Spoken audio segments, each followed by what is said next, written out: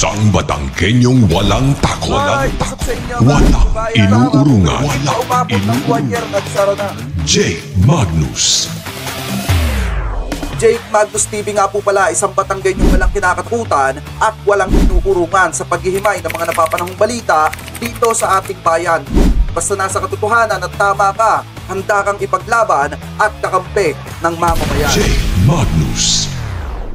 Alright, what's up sa inyo mga kababayan? Ako nga po pala si Jake Magnus at nandito na naman po kayo ngayon sa Jake Magnus TV at sa Facebook page po natin. Nandito na naman po kayo ngayon sa Jake Magnus Opinion. So ito pong pag-uusapan natin mga kababayan ay wala lang namang iba kung hindi ito pong nakita nating balita na kung saan po ay ginulat ni PBBM at saka po nitong si Tito Sen ang sambayan ng Pilipino. Dahil mga kababayan nagkaroon po ng sanib puwersa ang dalawang pinakamalaking political party. Ang dalawang pinakamalaking political party dito po sa Pilipinas mga kababayan, which is etong Partido Federal ng Pilipinas at saka po itong Nationalist People's Coalition. Mga kababayan, sa pangunguna ng chairman ng Partido Federal ng Pilipinas na si PBBM at ng chairman, mga kababayan, ng Nationalist People's Coalition na si Tito Sen. Ano po, dahil alam naman po natin na yung adhikain ni Tito Sen ay katulad ng adhikain ng ating presidente na mapabuti at mailagay sa maganda at mabigyan ng magandang buhay ang sambayan ng Pilipino at ang bansang Pilipinas. Mga kababayan, at dito mapapag-usapan din po natin, mga kababayan, yung nakita rin nating balita na kung saan nagbigay po ng reaksyon at komento etong si Congressman Marcoleta patungkol po dun sa PIDEA leaks. At matatalakay din po natin mga kababayan dito yung panawagan or matinding panawagan nitong si Atty. Larry Gadon dito po kay Senate President Juan Miguel Zubiri patungkol po dito kay Senator Bato de la Rosa. Pero bago po natin pag-usapan yan, ay nais ko lamang po sabihin sa inyo na kung kayo po ay bago pa lamang po dito sa ating YouTube channel, ay hinihikayat ko po kayo na huwag nyo na po sanang kalimutan na i-like po eto pong ating video na ito mga kababayan, at huwag nyo na rin po kalimutan na mag-subscribe dito sa ating YouTube channel. Hit nyo na rin po yung ating notification bell para lagi po kayong updated sa tuwing mag-upload po tayo or magla-live tayo ng panibagong issue or topic na katulad po nito. Mga kababayan, at gusto ko din po kayong batiin ng isang magandang umaga, tanghali, hapon, gabi, saan man sulok na mundo kayo naroroon, mapa sa Pilipinas man po kayo or ibang bansa. Sana po ay nasa mabuti po kayong kalagayan at gabayan po kayo ng ating Panginoon. Mega love shoutout po sa inyo at mabuhay po kayong lahat. Anyway mga kababayan, shoutout po sa lahat ng mga nanonood ngayon. Sa mga hindi pa nakakapag-subscribe at nakakapag-like, subscribe and like lang po dito po sa ating YouTube channel. Uulitin ko, premiere po ito mga kababayan at video po ito. Baka hindi po muna tayo mag-live ngayong araw na ito. Pero mamaya mga kababayan, kung sakali na maaga po tayo makatapos sa ating mga gawain, magla-live po tayo. Ano po, so ngayon, eto, umpisahan na po natin itong nakita nating balita. Galing po dito sa RTV Malacanang na kung saan ang sabi po dito, Partido Federal ng Pilipinas and Nationalist People's Coalition Alliance Signing Ceremony. Ito yung dalawang malaking partido or political party na nagsanib puwersa, hindi lamang para sa paghahanda sa politika, kung hindi mga kababayan, para tulong-tulong kapit-bisig na maibangon at maidaan sa magandang proseso yung pag-unlad ng sambayan ng Pilipino at pag-unlad ng bansang Pilipinas. Dahil alam naman po natin yung adhikain ni Tito Sen at yung pagmamalasakit niya sa sambayan ng Pilipino katulad mga kababayan ng ginagawa ni PBBM ngayon. Kaya nga po kung mapapansin ninyo, padami ng padami yung mga partido na nakikipag-alyansa dito po sa Partido Federal ng Pilipinas kaysa po dun sa di umano PDP laban. Kasi nga mga kababayan, yung iba baka hindi na po nagugustuhan yung ginagawa ni dating Pangulong Duterte na saglip na tumahimik na lamang po naninira pa. Kaya yung iba mga kababayan, saglip na madagdagan po sila, parang di umano tila nababawasan pa po. Ano po, so ngayon, eto panoorin na po natin itong nakita nating balita galing po sa RTV Malacanang.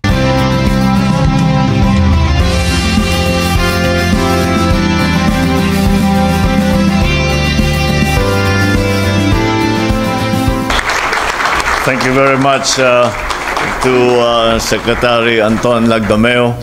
Please take your seats.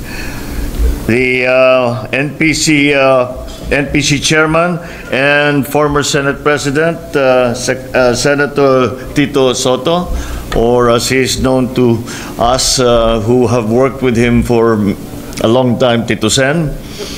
The NPC President and Rizal 1st District Representative, Congressman Jack Duavit, the NPC Secretary General and Presidential Advisor on Legislative Affairs and head now of the Presidential Legislative Liaison Office, Secretary Mark. Sana mga kababayan tumakbo si Tito Sen, no? Kasi mga kababayan, napakalaki ng parte niya sa Senado. At alam naman natin mga kababayan na talagang marami sa mga kababayan natin Pilipino ang hinihintay talaga na mag-announce mga kababayan na talagang pure 100% na gustong tumakbo or gustong bumalik ni Tito Sen po sa Senate. Kasi mga kababayan, kailangan natin ng katulad ni Tito Sen sa Senado. Dahil mga kababayan, alam naman natin, dun sa kabila, ang mga pinatatakbo, hindi ko naman pwedeng sabihin na totally, walang gaanong alam mga kababayan. Pero alam naman natin, nung nag-announce yung kabila, talagang in-announce din po nila yung mga tatakbo sa pagkasenador sa 2025 midterm election. At doon nyo naman po nakita at nabatikos pa nga mga kababayan yung isa sa tao na in-announce po nila na kung saan ang paglilikuran, na kung saan iahalal ka ng sambayan ng Pilipino pero yung buhay mo ibibigay mo kay dating Pangulong Duterte. Kaya nga kung mapapansin nyo po, eto panawagan ko sa lahat mga kababayan, wag kayong boboto ng isang politiko na pro-China. Kasi pagka pro-China yan at may hearing at interest ng Pilipinas yung pinag-uusapan, hindi yan makakapagdesisyon ng tama. Laging ang desisyon po niyan laging nasa gitna at option lamang yung desisyon niya na bibitawan para sa Pilipinas. So ngayon para sa akin mga kababayan, mas magandang iboto na lamang po yung mga senador na katiket dito kay PBBM. Dahil alam naman po natin mga kababayan na yung hangarin ng mga senador na yon katulad po ng hangarin ng ating presidente na maibangon at mapabilis yung proseso ng pagbangon ng bansang Pilipinas. Katulad po nitong si Tito Sen. Mga kababayan, so ito i-play lang po natin. Leandro Dong Mendoza, Partido Federal ng Pilipinas, PFP President and South Cotabato Governor, Governor Jun Tamayo, PFP member and Ilocos Norte 1st District Representative. Kilala ko yata ito Sandro Marcos, the honorable members of the cabinet who have joined us here today, and the honorable members of the Senate and the House of Representatives, other distinguished guests, ladies and gentlemen, good afternoon to you all. We witness another breakthrough today in the history of politics and public service in our nation with this alliance of the PFP and the NPC. With the joining of forces, we are no longer individual players in the field of politics, but a strong united front that is determined to actively shape the future of our people. We are not just two parties that are allied with one another. We are a force that is ready to serve, that is ready to bring a better life to our people, to defy expectations, to carve out a bright future with promise and potential.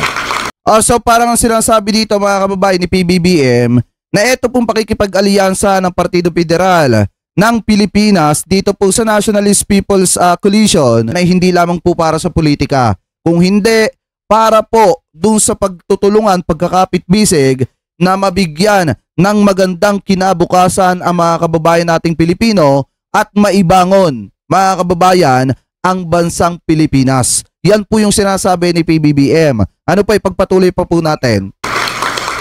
Sa totoo lang, matagal nang nagtutulungan ang dalawang higanteng partido na ito. Kumbaga, malalim na ang pinagsamahan, isinasa formal lang natin ngayon ang ating relasyon. What makes this alliance durable is that it is a partnership of equals and one anchored on a set of principles. It is not a marriage of convenience, as we often find in politics, but it is born out of a need to unite for the greater good. We are not joining forces for some narrow electoral objective alone. Of course, the approaching political cycle is an important element and has added impetus to what we are doing. But more than that, it is to continue to collaborate, to work on the urgent needs of our people. Our agenda is the nation's progress. Nothing more, nothing less. Oh, As the chairman of the PFP, I believe that our shared commitment to empowering and amplifying the voice of every Filipino is what truly unites us in our mission to revitalize, rejuvenate, and transform our country. Maraming magsasabi na ito ay ginagawa lamang natin para paghandaan ang halalan. Hindi naman natin masasabi na wala sa isip natin ang halalan na parating sa susunod na taon. Ngunit, ito ay isang bahagi lamang kung bakit ay tayo'y nagpipirmahan na ngayon at ginawa natin itong PFP-NPC Alliance. Dahil ito naman talaga ang katotohanan nung binuo natin yung unity team nung nakaraang eleksyon, nakaraang kampanya. Kasama na natin ang NPC. Wala tayong papel na napirmahan noon.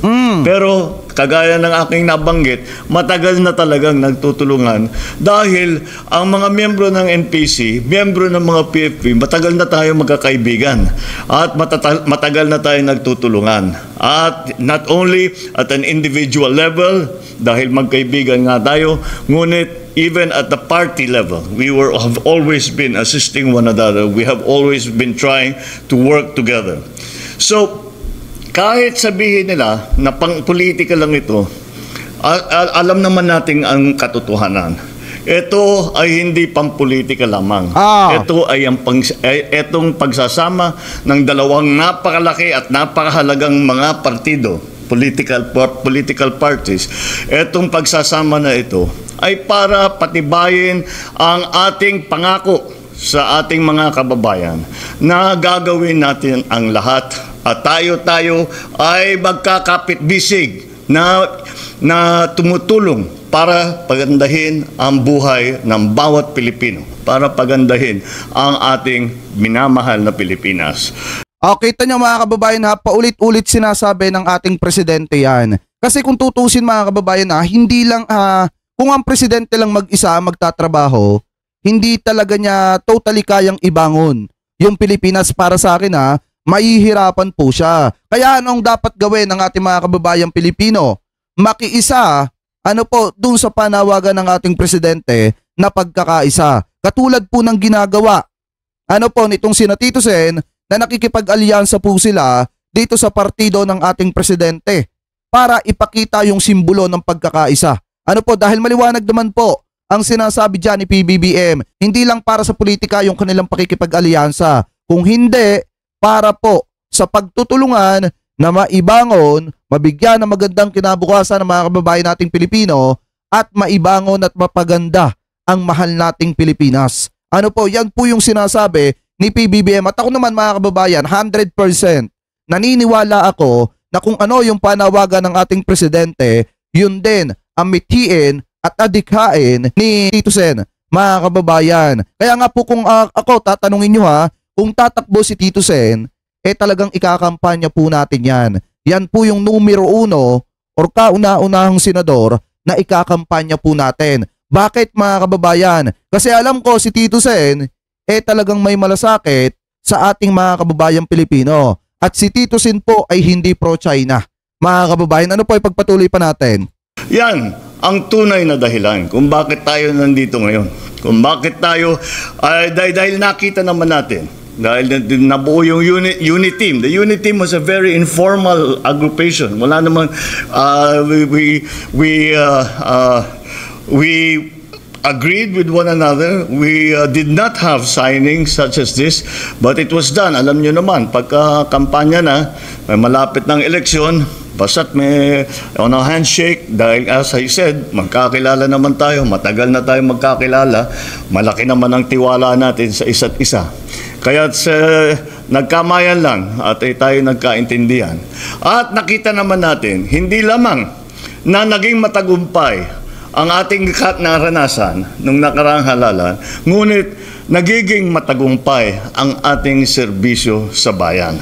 Because through this collaboration, our shared dream of a better Philippines moves closer to reality. Tama! Where the echoes of our combined voices spread across our archipelago, serving as a clarion call for all to partake in building the bagong Pilipinas that we all dream for our people.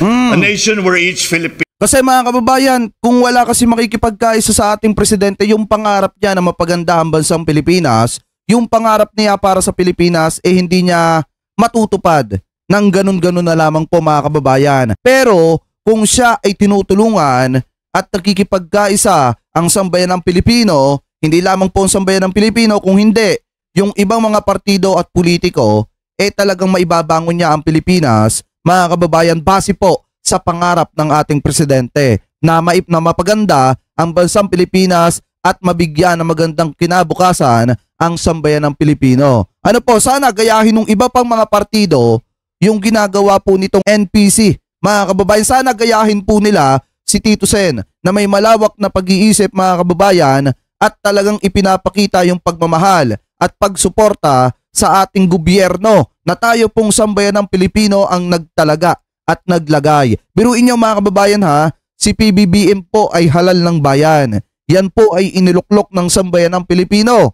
Kaya nga po kung mapapansin natin, saglip na respetuhin ng iba, binabatikos pa po nila. Pero mga kababayan, etong si Tito Sen, ni minsan hindi po natin narinig, buhat nung siya po ay tumakbo sa pagka-vice presidente, mga kababayan, wala po tayong narinig na kahit na anong masakit na salita na nanggaling sa kanya, laban po sa kanyang mga katunggali. Bagkos mga kababayan, si Tito Sen ay tumakbo po ng maayos at sinunod yung tamang proseso ng pangangampanya nang walang sinisira ang ibang tao. So ngayon, kung eto pong si Tito Sen ay muling tatakbo sa pagkasenador sa election, yan po ang numero unong ikakampanya po natin. Kasi mga kababayan, alam nyo naman po kung gaano tayo supportive dito kay Tito Sen at saka po sa ating presidente. Dahil naniniwala ako na kung ano yung pangarap ni Tito Sen para sa sambayan ng Pilipino, pangarap din po ng ating presidente. Mga kababayan, ano po, anyway, pagpatuloy pa natin.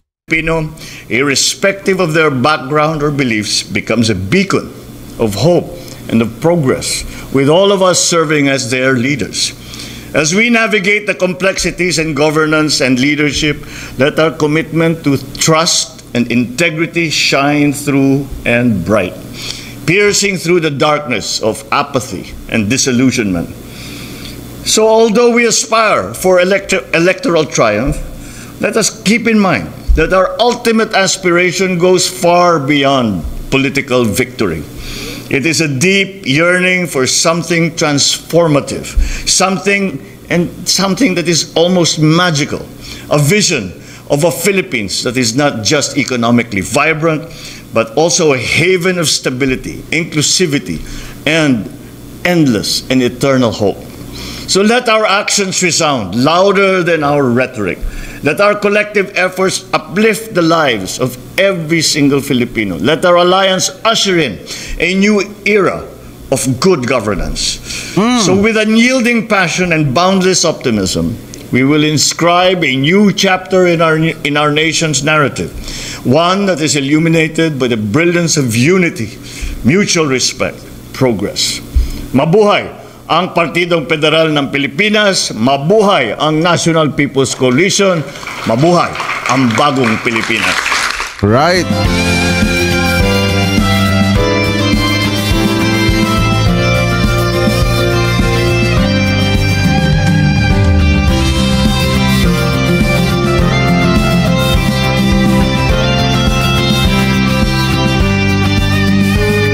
So paano yan?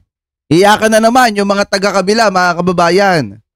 Kasi padami ng padami yung nakikipag-alyansa sa Partido Federal ng Pilipinas. At yung isa sa mga idolo natin, mga kababayan, na talagang alam naman natin from the start kung gaano katindi yung pagsuporta sa ating gobyerno o kahit na sino mapaman yung nakaupong presidente, mga kababayan, talagang nakaisa din po sa panawagan ng ating presidente na magsama-sama, magtulong-tulong at magkaisa para sa magandang kinabukasan ng sambayan ng Pilipino. Kaya nga mga kababayan, eto natuwa ako nung nakita ko etong balitang ito. Sabi kasi dito mga kababayan, sa News 5, natuwa ako nung nakita ko to. Sinabi ni Tito Sotto III, ngayong Sabado, May 18, na 90% na siyang sigurado na muling tatakbo bilang senador sa 2025 midterm election.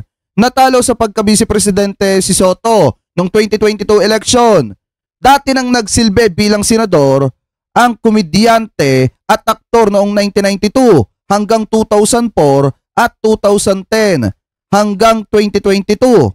Siya ang chairperson ng Nationalist People's Coalition na bumubuo ng bagong alyansa sa Partido Federal ng Pilipinas ni President Bongbong Marcos Jr. So ibig sabihin mga kababayan, 90% babalik si Tito Sen sa Senado. Kaya nga po mga kababayan, kung ito ay fully 100% natatakbo talaga o pure 100% na sigurado ng tatakbo sa pagkasenador mga kababayan, talagang ngayon pa lang po sinasabi ko sa inyo na suportahan po natin etong si Tito Sen mga kababayan. Dahil unang-una, ito po talaga yung unang kandidato sa pagkasenador na napupusuan ko mga kababayan. Dahil alam nyo naman po na minsan na nating ipinagtanggol etong si Tito Sen. At napatunayan din naman natin na yung mga accusation mga kababayan laban po kay Tito Sen nung panahon na kainitan ng issue ng Itbulaga, napatunayan po nilang mali at nabawi po nila yung title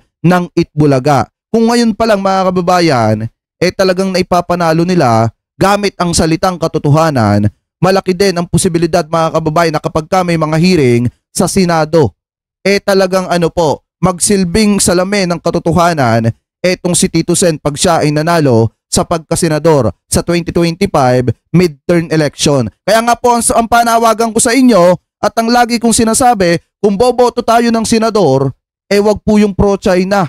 Kasi once na bumoto kayo ng pro-China, at ang topic at pinag-uusapan ay tungkol sa China mga kababayan, yung mga yan ay mananatiling pipi at tahimik. At kung ano yung desisyon ng ating gobyerno, lagi silang may komento. Pero kapag ang usapin ay interes ng Pilipinas, nananatili pong mga tahimik. At minsan may nasasabi pang negatibo sa ating presidente or hakbang ng ating presidente. Kaya nga po mga kababayan, ang muli kong panawagan sa inyo, wag na wag tayong magpapabudol muli. Sa mga nagpapanggap at tumatakbong politiko na ang layunin pala mga kababayan hindi para pagsilbihan ang sambayan ng Pilipino, kung hindi para pagsilbihan ang isang tao lamang. Kaya para sa akin mga kababayan, since eto namang si Tito Sen, kahit wala naman po sa politika, ay alam naman po natin na public servant na at nagpapasaya ng sambayan ng Pilipino, ipapanawagan ko pa rin po at ilalapit ko pa rin po sa inyo na sana po ay suportahan natin sa darating na midterm election etong si Tito Sen. Kung sakali na 100% na natatakbo na po siya sa pagkasenador muli. Ayan, maliwanag po ha, 90% natatakbo po si Tito Sotto sa pagkasenador. Ngayon ipagpatuloy pa natin. Dito naman po sa isang balita na nakita po natin na kung saan mga kababayan, yan, na kung saan mga kababayan, eto pong si Congressman Marcoleta, meron pong komento ukol po dito sa PIDEA Kuno nitong si Senator Bato de la Rosa at saka po nitong si Jonathan Morales. So ngayon, pakinggan po natin itong balita na nakita po natin galing po dito kay ATV Channel, ProGov or Pro-Government mga kababayan. Ngayon, panoorin po natin etong komento ni Congressman Marcoleta. Anyway, i-play na po natin. Kabuluhang pagsisiyasat, paano natin gagawin ito, paano natin i-establish ito na isang valid piece of evidence. Kasi kung hindi natin ma-establish na gano'n, huwag natin ituloy ito, wala namang kapupuntahan ito, di ba? Tama, mga kababayan, kasi eto kung titingnan po natin dapat yung hearing nitong si Senator Bato de la Rosa ay may pupuntahan.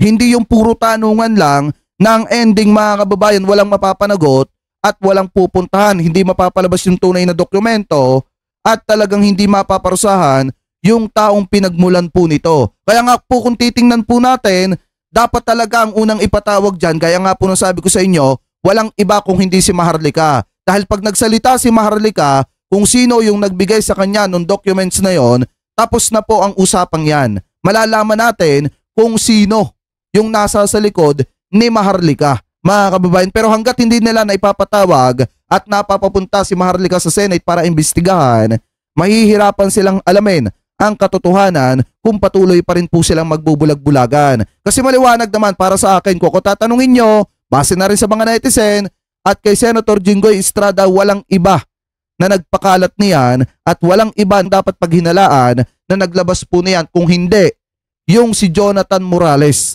Dahil mga kababayan, pagkatapos ilabas ni Maharlika yung dokumento, sumulat si Jonathan sa PIDEA at una ding lumabas dito kay Maharlika.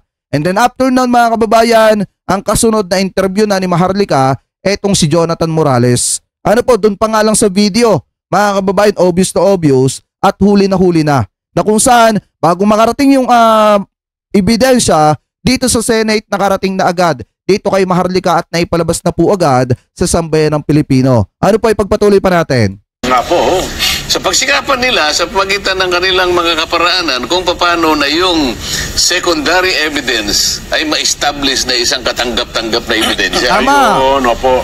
Kasi Ang ginagawa Yun ang kailangan nilang patunayan, mga kababayan, na yung secondary evidence, which is etong Xerox paper na pinagbabasihan ni Senator Bato de la Rosa, yung 2 butas ng puncher na hinugot sa passenger, dapat maglabas sila ng mas authentic na dokumento. Or dapat ma-establish po nila yung original documents para masabi, mga kababayan, na talagang legit yung papel. Ano po nung PIDEA leaks or yung pre-operation report. Ano po, i-play na po natin. naman namin yun. Halimbawa, kahit sinong merong karanasan sa legal or trial practice, kapag ang nakuha niya ay Xerox copy lang, Opo. gagawa siya ng paraan yun para yun ay tanggapin ng korte. Sapagkat yun ay isang napakatibay na dokumento para sa kanya. Tama. Sapagkat ilalaban niya yung kanyang kaso eh. Totoo po. Kapag ka yung ano na yun, yung ebidensya na yun ay hindi tinanggap ng korte, hihina yung kanyang posisyon. Tama. Mapasaan man siya, mapadepensa, mapaprosecution. Kasi nakikita ko dito, mga kababayan, yung pinagbabasihan ni Senator Bato de la Rosa, kung idadaan po kasi sa korte yan, mga kababayan, malaki ang posibilidad na ma-dismiss din po yan. Kasi nga unang-una, wala yung tunay na documents. At hindi rin mapatunay ni Morales kung nasa saan na yung original documents, mga kababayan. At nung isinasagawa ni Morales, yung sinasabing pre-operation report, bago nakarating kay Gadapan, marami siyang binaypass. Ano po ng kanyang mga superior. Kaya nga po kung makikita po natin, maraming mga sabit at pasikot-sikot, etong papel nitong si Morales, mga kababayan. Ano po, ipagpatuloy pa natin. Kaya gagawa siya ng paraan, kahit na yung ebidensya na may Xerox copy, i-establish niya as a secondary evidence. Kaya nung tanungin po Kong, yung Director General ng Philippine Drug Enforcement Agency, Director General Lasso, parang tinanong sa kanya, ano ba masasabi mo dito sa dokumento na binabanggit dito si Jonathan Morales? Ang naging sagot po niya hindi ko po masagot kasi, Your Honor, dahil sa una bes, wala po kaming ganyan Naninindigan po ang pamunuan ng PIDEA na walang ganung dokumento, walang ganung record, kaya hindi niya masagot kung totoo, hindi totoo, yung sinasabi po ng mga nagtatanong sa kanya. Kaya base naman doon sa mga pagtatanong sa kanya, pinatibayan niya, yung mga sasakyan nakapirma, nakalagay doon mga sasakyan nga nila yun. Ayun na nga po, yung mga ginamit Kaya na nga, merong parang may mga basihan na pwedeng mapagsaligan na merong katotohanan yung binabanggit, hindi nga lang natuloy. Ayun. Ngayon, kung sasabihin niyang wala yun, siguro, mga kababayan, ang problema kasi dito, di ba sinabi din ng PIDEA, baka hindi lang nakarating kay Congressman Marcoleta. Sinabi din po kasi ng PIDEA na yun po kasing pre-operation report, yun po ay papel na basta lamang po kukuhanin na pwedeng dagdagan at bawasan nitong si Morales. Sa madalit salita, mga kababayan, pwedeng i-edit at palitan ni Morales ng mga sasakyan at pwede niyang ilagay yung mga sasakyan o mga kasamahan po niya. Ano po, kasi mismo nanggaling po yan sa PIDEA at mismong pinatotohanan po yan nung si Attorney Del Valle na nagsalita nung last part ng PIDEA hearing or PIDEA leaks dito po sa Senate nung third hearing. Mga kababayan, ano po, ipagpatuloy pa natin. ay Ayun lang mga pwede niyang gawin. Opo. Na wala. Pa saan ang galing ito kung wala? Kung walang pinag-xerox na original, saan ang galing ito? Kayong pinatibayan ng chairman na ako kanya kinikilala ko na totoo itong May dokumentong ganon. May dokumentong ganon. Ang problema nga lang, hindi na isa sa paraan kasi sa pag-authenticate nung ng dokumento na sa ngayon ay parang secondary evidence pa lang, kailangan mapagkumparahan Ayun. Tama. Tapos lahat ng mga tao na may kinalaman doon, tatawagin mo, o may pirma Kita mo, Senator Bato, tinatawanan ka ni Congressman Marcoleta.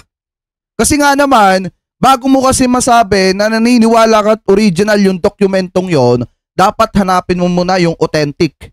Dapat hanapin mo muna yung original at pagbasihan mo kung talagang tumutugma at tumatama dun sa sinasabi mong original na documents. Ngayon mga kababayan, eto pakinggan pa natin. Kasi mababanggit po dito si Ma'am Maricel Soriano na kung saan hindi talaga napagpukusan ni Senator Bato de la Rosa ng pansin yung paghahanap dun sa nag-leaks sa PIDEA.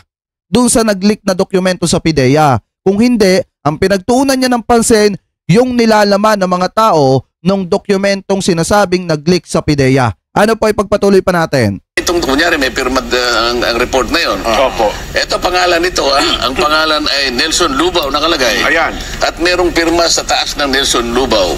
Ikaw ba ang pumirma nito? Opo kanya. So ma-authenticate. Ayun. Kahit nasa Xerox copy ngayon. Ay totoo ito, in-authenticate niya eh. Kinilala. Pero natatandaan ko po yan. Sinong nag-type niyan? Ito pong si ganito, patatawag niya. Natatandaan mo ba na ikaw ay natatandaan ko nga po yan, ako po nag-type niyan. Sa mga tweet, ma-authenticate mo ngayon yan. Ngayon, kapag ka hindi nalagay doon sa isang authenticated na kalagayan, yung dokumento na yon, hindi siya maaaring pasimulan ng isang makabuluhang pag-iimbestiga pa. Tama. Well, Dapat pala yun unang ginawa. yun ang i-establish. Dapat hinanap niya muna, mga kababayan, kasi mismong si Morales na yung nag-claim na talagang siya yung gumawa ng dokumento. Ang problema, mga kababayan, wala sa kanya yung original files. Yun po yung problema. Kaya nga po nasasabi ng iba, lalo na ng mga kababayan nating Pilipino, na nagsisinungaling lamang etong si Morales. Kasi nga, sinasabi niya na siya yung gumawa ng dokumento kahit hindi naman ipinakita yung kanyang perma. Mga kababayan, kumbaga, nag-walk-in siya, naglakas ng loob na i-claim yung dokumento yung dokumento ng pre-operation report. Paano mga kababayan kung ibang tao pala yung nakaperma doon? Tapos kiniklaim ni Morales na siya yung pumerma nun. Diba yun po kasi ang iniisip ng mga kababayan po nating Pilipino. Kaya nga po nababatikos etong si Jonathan Morales. Kasi unang-una, mga kababayan, may record po siya ng dishonesty at false testimony. Mga kababayan, kaya mahirap po talagang paniwalaan yung mga binibitawang salita nitong si Morales. Ano po ipagpatuloy pa natin? Ang ginawa nila, parang tinawag si Maricel Soriano. Kaya nga. Siyempre, hindi ko po alam. Wala naman siyang kinalaman. Wala nga. Siya yung tinatarget doon. Pero, hindi naman natuloy Opo. Di ba? Tinatarget, di umano, Kong. Pero sana, kung halimbawa, yung sanang informant na yon, Opo. meron siyang sinabi na tungkol na maring sinabi ni Maricel Soriano. Halimbawa lang ito, hindi ko naman alam kung ano yung extent, hindi ko pa naman nakita yun. Pwede mo ngayon tanongin siya base ng kasulat doon. Opo. O kapag sinabi niya, sinabi ko nga po yan. Kahit pa paano, merong kaugnayan. Ang problema nga po, Congressman Marcoleta, wala yung informant. Sinasabi ni Morales na hindi niya natatandaan yung informant. Pero kung babanggitin yung kasarian, baka daw po ma-identify yung kanyang informant. Sa madalit salita po, ayaw talagang ilabas or ayaw ibigay ni Morales yung kanyang informant kung meron man, Congressman Marcoleta. Kasi ang pagkakaalam ko po, kung ikaw ay isang tao at alam mo na nagigipit ka na ng pagkakataon at sitwasyon, di ba ilalabas mo yung informant mo, mga kababayan, kahit sa executive session lang or hindi yung naka-live. Mga kababayan, basta makakausap lang at patutuhanan lang sa harap ng mga senador na talagang siya yung nagbigay ng information dito kay Jonathan Morales. Hindi nyo ba napapansin lahat or karamihan sa mga tao na binabanggit po ni Jonathan Morales ay mga pumanaw na. Mga kababayan, kung hindi ba naman talaga gawa-gawa yung mga sinasabi ni Morales sa hearing, banggitin mo ba naman na yung mga taong isinasali mo sa issue, ang karamihan mga pumanaw na kapag kang usapin, talagang mga critical na talakayan, mga kababayan, ang tanging makakapagsalita lang, yung taong si ganito, mababalitaan natin wala na po pala at matagal na po palang namayapa, mga kababayan. Kumbaga, nagdadrop si Morales ng mga pangalan na hindi na po makakapagsalita. Kaya nga kung mapapansin nyo, sumingit din itong si Senator Bato de la Rosa. Anong sabi niya? Yung informant nitong si Morales, mga kababayan, parang sinasabing pamangkin nitong si Ma'am Maricel Soriano. Pero yung informant na yon ay binawian din pala po daw ng buhay. Ayon po kay Senator Bato de la Rosa. So kung wala na yung informant, di umano, mga kababayan, pagpalagay natin, at kung yung mga tao na ginagamit ni Morales, mga pumanaw na, mga kababayan, malaki talaga ang posibilidad na gawa-gawa lamang po yan. Dahil nag-drop sila ng mga tao na hindi na kaya magpaliwanag at makapagbigay ng kanilang mga salaysay para maliwanagan po ang sambayan ng Pilipino. Ano po, ipagpatuloy pa natin? Naugnay, doon pa lang siya pwedeng ipatawag. Ayun. Pero kung hindi naman natuloy yung operation, pagkatapos tatawagin mo siya ron. Oo. Ano naman ang mahihintay mo sagot? Di-deny niya lang yun. Kaya nga po, nung tinanong si Morales na nakita mo ba mismo yung mga personalidad na binabanggit po doon? Ay, hindi po. Yun po ang sinabi ng aking informante. Yun, doon sila nagkaroon. Hindi niya nakita ng personal, pero yun daw po. Maliban na lang, halimbawa, kung magpapakabayani yung confidential informant, ay, ibang usapan yun. Na lilitaw siya, sabi niya, habang ako po'y nakikinig sa inyo pong mga investigasyon, naiipit po kanya si Morales na ang pinanggalingan po lahat ng kanyang mga pinagsusulat dyan at report na yan, ay ako po, pinakonsensya. Nako. At napilitan po akong lumitaw ngayon. Bahala na po kanya. Mangyari nang mangyari. Nako. Tatayo po ako talaga para panindigan ko na yan pong nakasulat dyan ay sa akin po galing. Ibang usapan yun, Jen. Ayun. Ayun. Kita nyo, maliwanag naman kay Congressman Marcoleta. Pwera na lamang kung magpapakabayani yung informant at patututuhanan. Yung mga sinasabi nitong si Congressman, yung sinasabi nitong si Morales, mga kababayan. Pero ang problema lang kasi, ayaw ilabas nitong si Morales yung kanyang informant. At ayaw din, mga kababayan, ni Morales sabihin yung identity or yung hindi naman totally identity, yung kasarian nung kanyang informant dahil makikilala daw po, mga kababayan. Pero maliwanag naman po ang sinabi dito ni Congressman Marcoleta na kung saan, mga kababayan, dapat yung secondary evidence, gawan mo ng paraan para mahanap yung first evidence, mga kababayan. Kasi kung yung secondary yung ilalaban mo, talagang malaki ang posibilidad na mahirapan ka lang. At dapat hindi mo dinadala sa mga ganyang klase ng usapin. Yung Xerox paper na ang pinagbasihan mo ay 2 butas lang. Kaya mo nasabing legit. Eto nga maliwanag yung sinasabi ni Congressman Marcoleta. Anyway, mga kababayan, comment below na lamang po kung ano pa masasabi nyo. Hingil po sa mga pahayag nitong si Congressman Marcoleta. At ngayon, pupunta na po tayo, mga kababayan, dito po sa next topic po natin na kung saan talagang may panawagan po itong si Atty. Larry Gadon dito po kay Senate President Juan Miguel Zubiri. I-play na po natin, mga kababayan. Dapat talaga ay itigil na yung hearing na yan ng committee ni Senator De La Rosa. Dahil wala namang patutunguhan at pag-aaksaya lamang ng pera ng gobyerno. Tama. Yang hearing na yan. At yan naman ay base lamang sa chismis.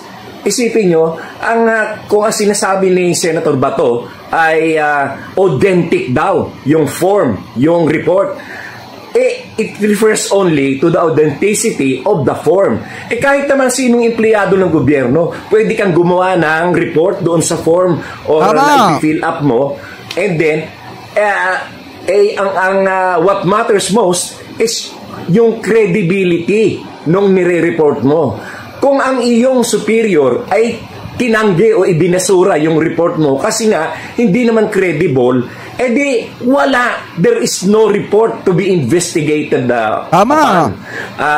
Iba ang authenticity sa credibility. The form may be authentic, but how about the credibility na it refers to truthfulness of the report, of the contents of the report? Magkaiba yun. Ngayon, kung pagbabasihan mo lang ng investigasyon ay yung form na authentic daw dahil kasi pinirmahan at yun daw ay ginawa nung si Morales, how about the authenticity of the contents of the report? Kung yun ay binasura na or hindi man lang na na-file. Ang problema nga dito mga kababayan, nung isinasagawa ni Morales yung kanyang report, kung may katotohanan man yan, dalawa sa kanyang mga superior ang kanyang nilikdangan.